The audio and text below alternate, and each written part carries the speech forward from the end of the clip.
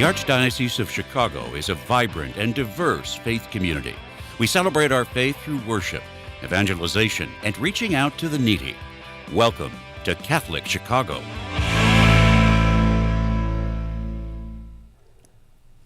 Good morning, welcome to Catholic Chicago. I'm Father Greg Sakowitz, the rector of Holy Name Cathedral in Chicago.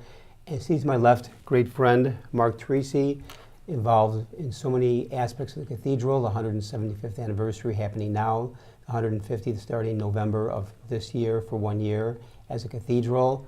And good morning to you, Mark. Good morning. I just want to, in that role, invite our listeners and viewers to September 20th, Sunday, September 20th, 5:15 Mass at Holy Name Cathedral. I think it's September 21st. 21st, whatever the Sunday is. 21st, yeah. You're close. You see how thorough I am? You're pretty good. And there's going to be an international rosary. The Cathedral Filipino Network has planned it.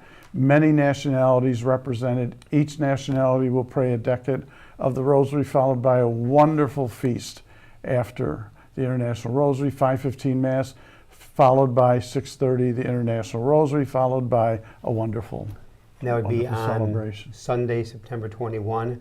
Get right into the program, have a great lineup today. So Mark, take it away. Rerum Novarum, or Rights and Duties of Capital and Labor, is an encyclical issued by Pope Leo XIII on May 15th, 1891. It's an open letter. It's passed to all Catholic patriarchs, primates, archbishops, bishops, which addressed the condition of the working class. It discusses the relationships and mutual duties between labor and capital, as well as government and its citizens. Primary concern is the need for poverty amelioration of the working class. It supports the rights of labor to form trade unions, rejects socialism and laissez-faire capitalism, or unregulated,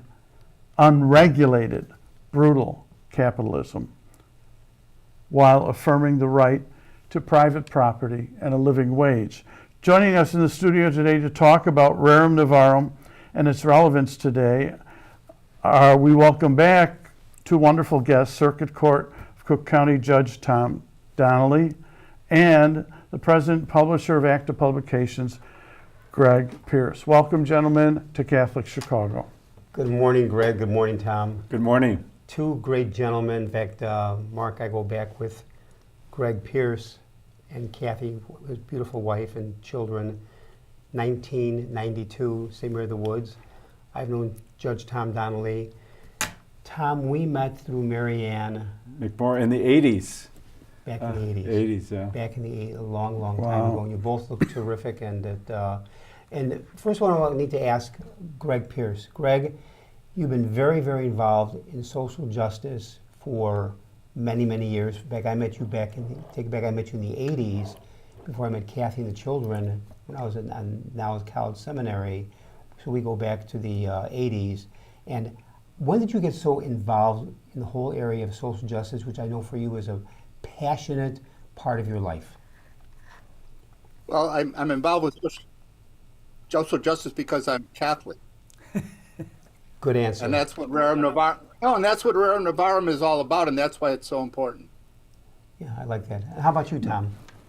So, I got involved with Greg and National Center for the Laity in the 1980s as well. But my family, my mom was active in YCS, and really, my dad, while not active in YCS, really as a physician thought of the rights of the poor and the rights of the working class is very central to both of them, to their Catholic faith, and sort of raised us to sort of think about these big questions that Rerum Novarum asks about how society is to be ordered and how the church and the family are center to society, and how the state must respect the rights of both church and family and the right of free association to organize to protect the rights of workers. So those things were very important to both my parents, and that's where it springs for me.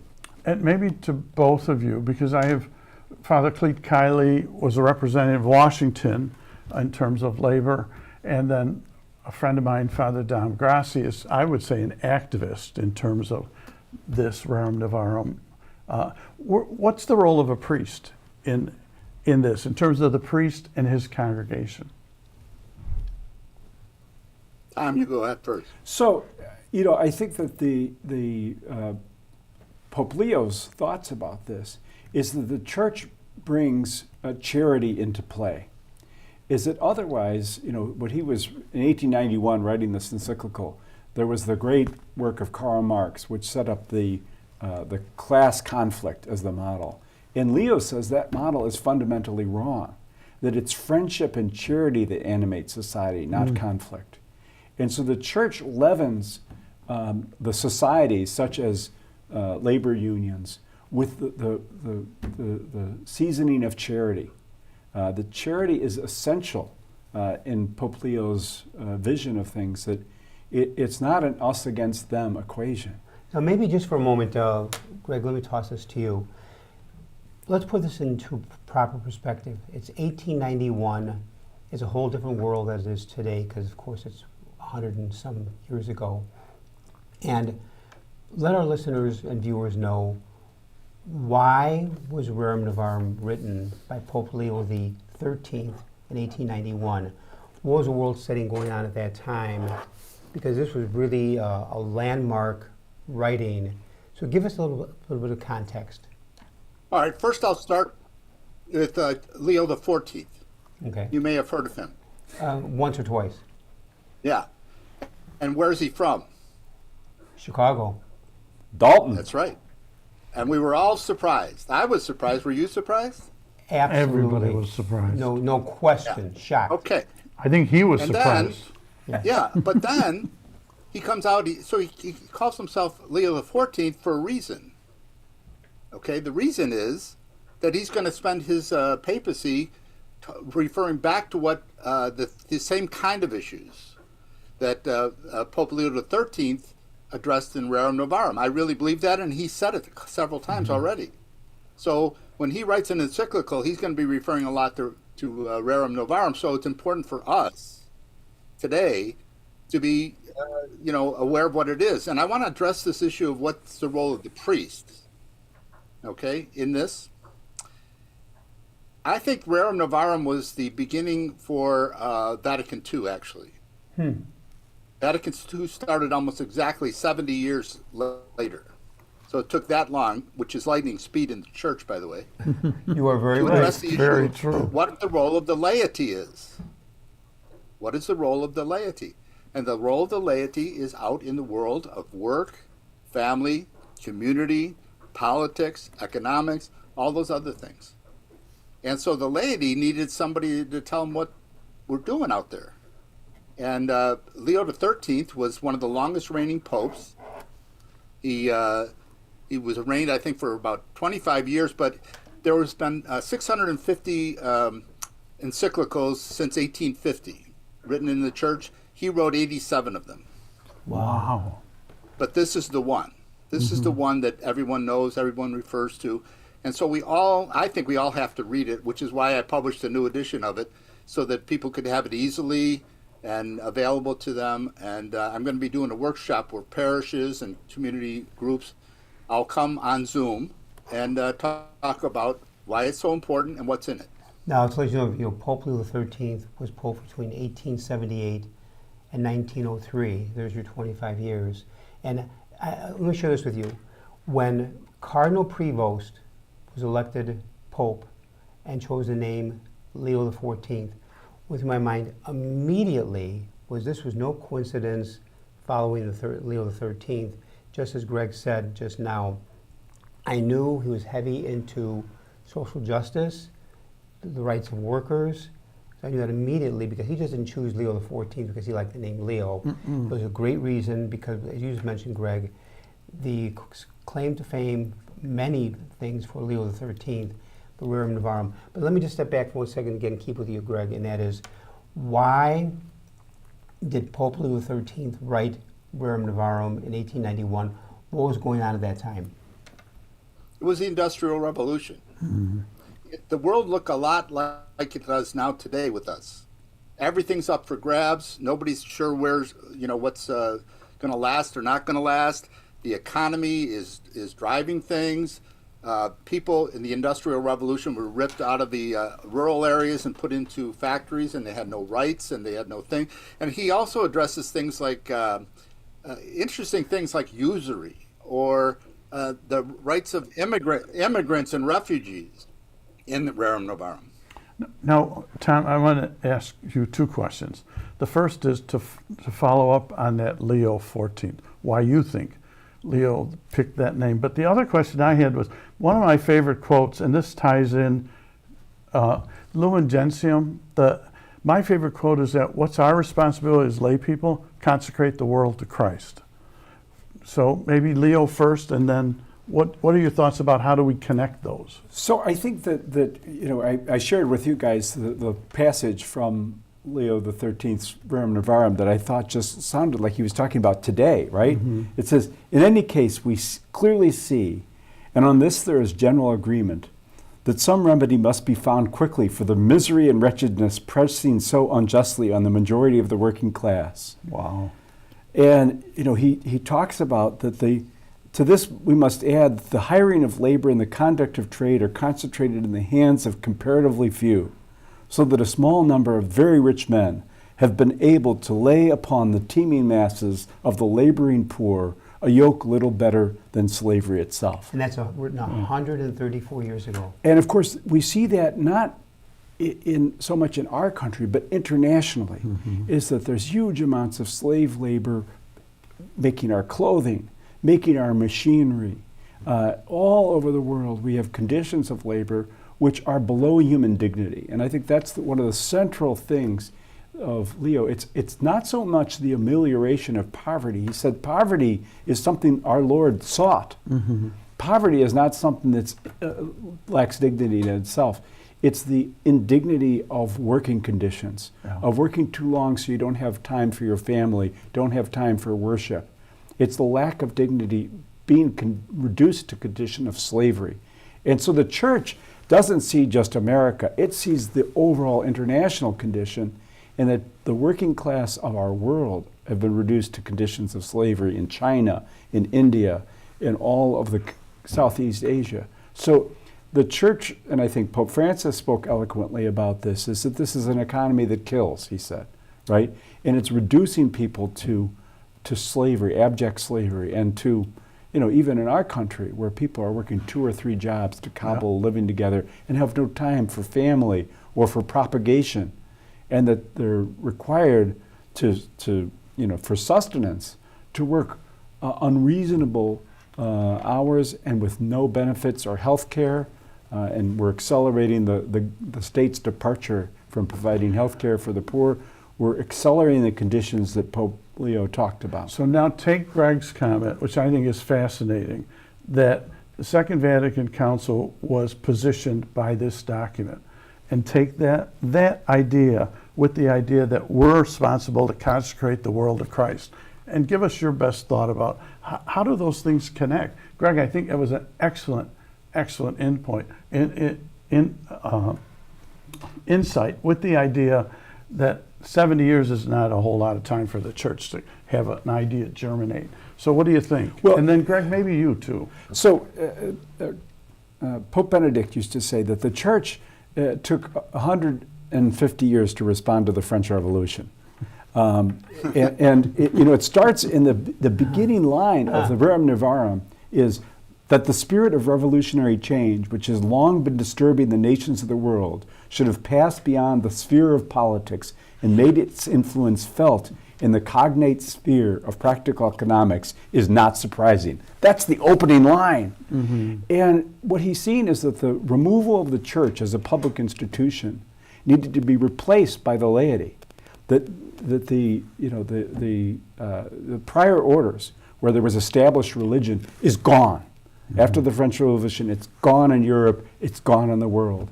And so the church didn't have the governing power it had through princes that it once had in Christendom. Mm-hmm. And so the only way of affecting the gospel's transmission to the world is through the work of the laity. And so it sees itself, the Rerum Novarum is the new thing. The new thing is the church can't just say to princes or emperors, do this or we'll excommunicate you. it can't do that anymore. Well, let's continue that thought. We're going to take a little break. Greg, when we come back, I'd love to hear your thoughts on connecting the two encyclicals. So we'll be back in a few minutes. Catholic Chicago with Father Greg Sakowicz and Judge Tom Donnelly and Greg Pierce from ACTA Publications. Fascinating discussion. We'll be back in a few minutes.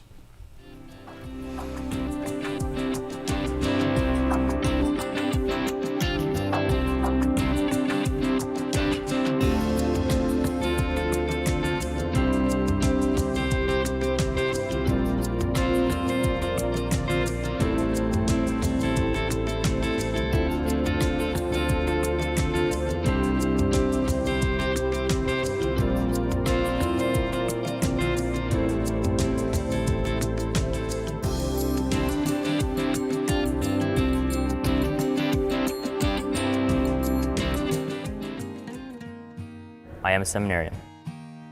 The Church needs compassionate and well-trained priests to help guide each of us through life. What inspires me, what draws me always to the priesthood is continue to see priests be a beacon of hope for other people. You can play a part in the education of these young men as they prepare for a life of service to others. I want to be that beacon of hope too, and it sets my heart on fire. To support our seminarians, make your gift at archchicago.org/seminarian fund or call 312-534-7959.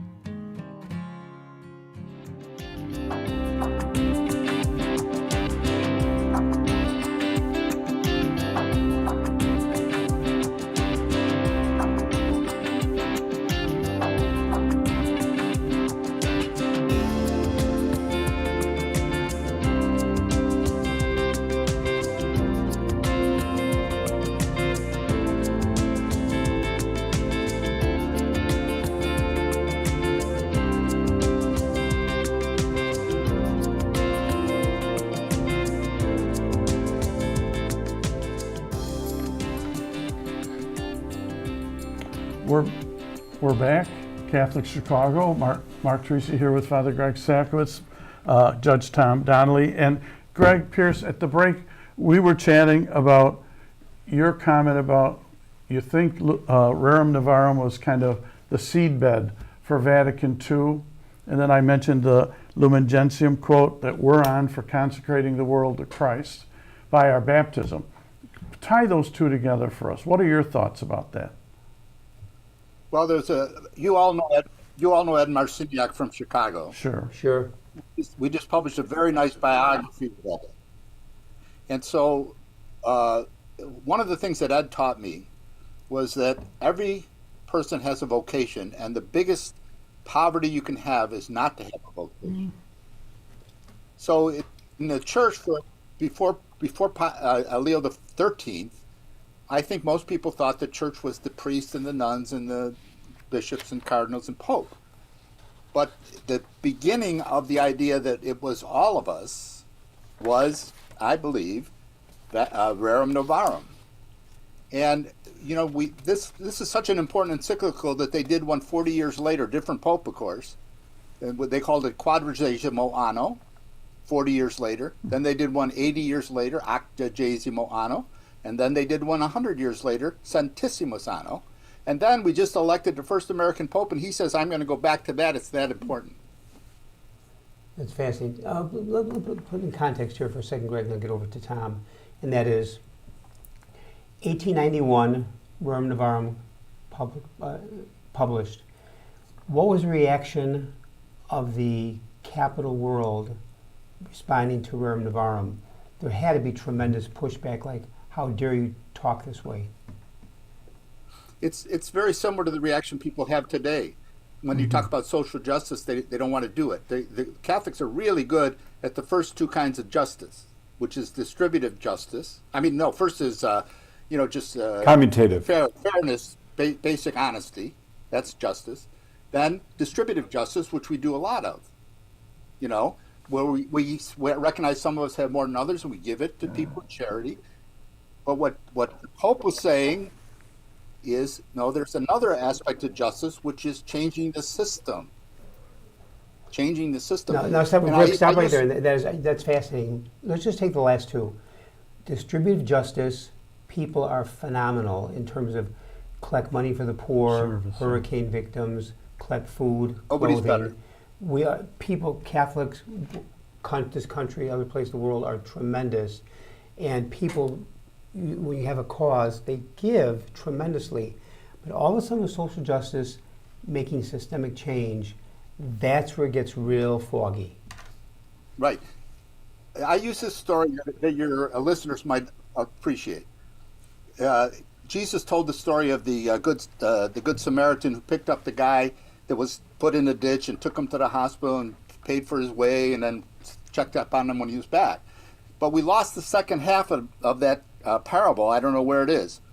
But it should have said, Jesus should have said, after about 5 times of picking people up out of the ditch, the Good Samaritan finally organized the committee to make the road safe from Jerusalem to Jericho. Huh.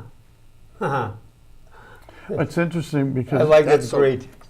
I remember, this may be related. I remember my dad, when I was younger, I couldn't understand prejudice. I just couldn't get it. I couldn't get why people didn't like each other. And my dad said, Mark, it's human nature. Someone always has to be on the bottom rung. And I thought,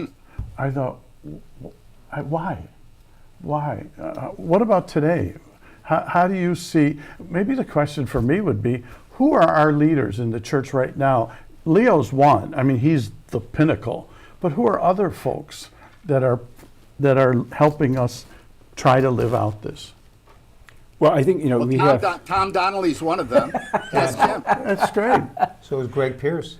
Well, and I think of like Mary Meg McCarthy, the president of the National Immigrant Justice Center, who went to Notre Dame, was a Holy Cross volunteer, and has really lived out her life protecting the rights of immigrants and refugees, particularly those who've been tortured or persecuted in their native countries. And she's living out the gospel, right? And I think what Greg made a great point is that Rerum Novarum is a sea change. What Pope Leo says is, neither must it be supposed that the solicitude of the Church is so preoccupied with the spiritual concerns of her children as to neglect their temporal and earthly interests. Wow. The Church is not only concerned with the spirit, but the body, because those are one. The human condition is such, and he's very important in stressing this, is that our earthly condition is the precondition for our spiritual welfare. And so the Church must be concerned about the earthly condition of man. Wasn't that Francis's point in his Laudato Si. Yeah. Exactly. Yeah. Now, along those lines, Greg, you've put together a whole workshop on Rerum Novarum. Talk to us about it. Well, I made up a little poem, and here's the poem. When you sing, you begin with do, re, mi. When you read, you begin with ABC. When you do justice, you begin with Rerum Novarum. Ta-da-ta. That's the title of my workshop. That's a beautiful And I do it poem. for free.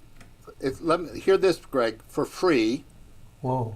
Oh. I don't do that too on often. Zoom like this, because I can't go traveling all over the world doing this because I'm too old. But I can do it on here. And so it's a 1-hour workshop. It can be extended to 90 minutes. It's meant to be interactive with people. It's very much like the one that's going on at St. John Cantius right now for the next 3 Sundays. At 10 o'clock, you should go over there. And so my goal is to do this workshop to anybody who wants to do it. And all they got to do is call me at 800-397-2282. Then number I once will again. answer the phone. Then number once again. You won't get AI, you won't get anybody else, you'll get me. And I'll explain how it would work. And I've got it already scheduled at my parish, which is St. John Brebeuf. I've got a couple of them are working on them in Australia and all over the country. And it's not just churches and it's not just Catholics. It's people that want to understand what did the Pope mean when he said, you've got to do that. You can't be a Catholic if you don't do this. Now we can disagree about specific policies, no problem. And it's the laity that's going to have to take the lead in this, not the priests. Could you But get the priests could get the laity together to listen to this. And so it's an hour and a half on Zoom, 15, 25 people, I can handle it. And it's just a one-time standalone thing. Also, it's going to be the Book of the Month Club for the U.S. Catholic Magazine in November. So how do people get a copy of the Rerum Novarum that you've printed up? They call me. They call me. So number once again. I'm not going to send anybody to AI. They call me at 800-397-2282, and I'll take care of them. And what's the website, Greg?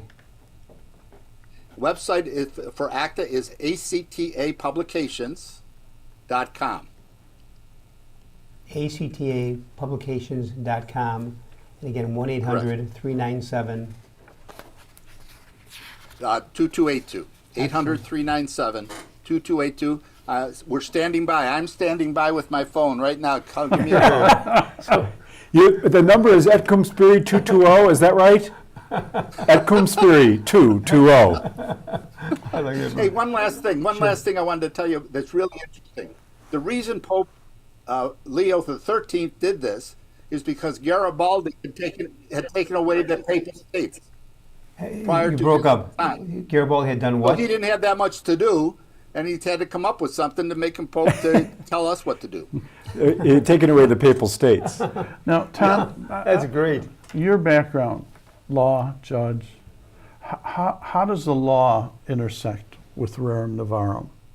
Well, one of the things that he's very adamant is that the state doesn't have the role of being the tyrant. It doesn't have the role of a socialist of proposing for the state, that it should subordinate the individual and the family. But it is necessary. And the laws that are necessary to protect worker rights are very important for the state. That is one of the primary purposes of the state, is to protect those who cannot protect themselves. So the purpose of justice is not just commutative or distributive, but it is a matter of social reform. And we just canonized Pier Giorgi Frassati. He said charity is not enough. Social reform is what's needed. And the church says that we must be always reforming, right? We must always be reforming society, but it must be animated not by the model of class conflict, but by charity and by creating friendship between the wealthy and the working class, not by animating a conflict and a kind of Hegelian Götterdämmerung, which is what Marx sort of foresaw.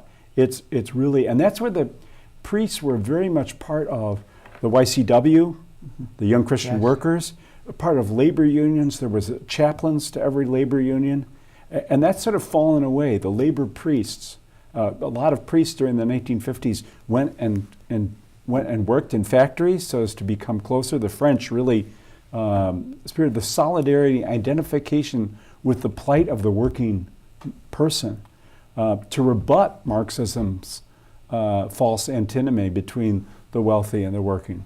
On that note, Greg, any last thoughts before we bring the program to a close? Me, last thoughts? You got to read it. It's only 64 pages. It costs $6.95. I'm on the phone. Give me a call. Let's get this done. Every Catholic has to read Rerum Novarum in the next year. And actapublications.com? Or is it or .org? .com. .com. We're We're trying to sell something. I know. This is a very serious conversation, but on another note, could you give a little commercial to Father Greg's book? Oh, yes, our best-selling book at ACTA ever was the one Father Greg wrote a foreword to called The Book of Catholic Jokes. We probably sold 25,000 of them. I sent Greg at least $25. But we're going to start selling them at the cathedral along with Rerum Novarum. It'd be a good combination. Oh, there it is! Oh my gosh! Great job, Michael. Yes. I'm very, very impressed. Wow, the guy's fast as our producer, engineer there. I want to thank in a very special way Judge Thomas Donnelly, Thank you.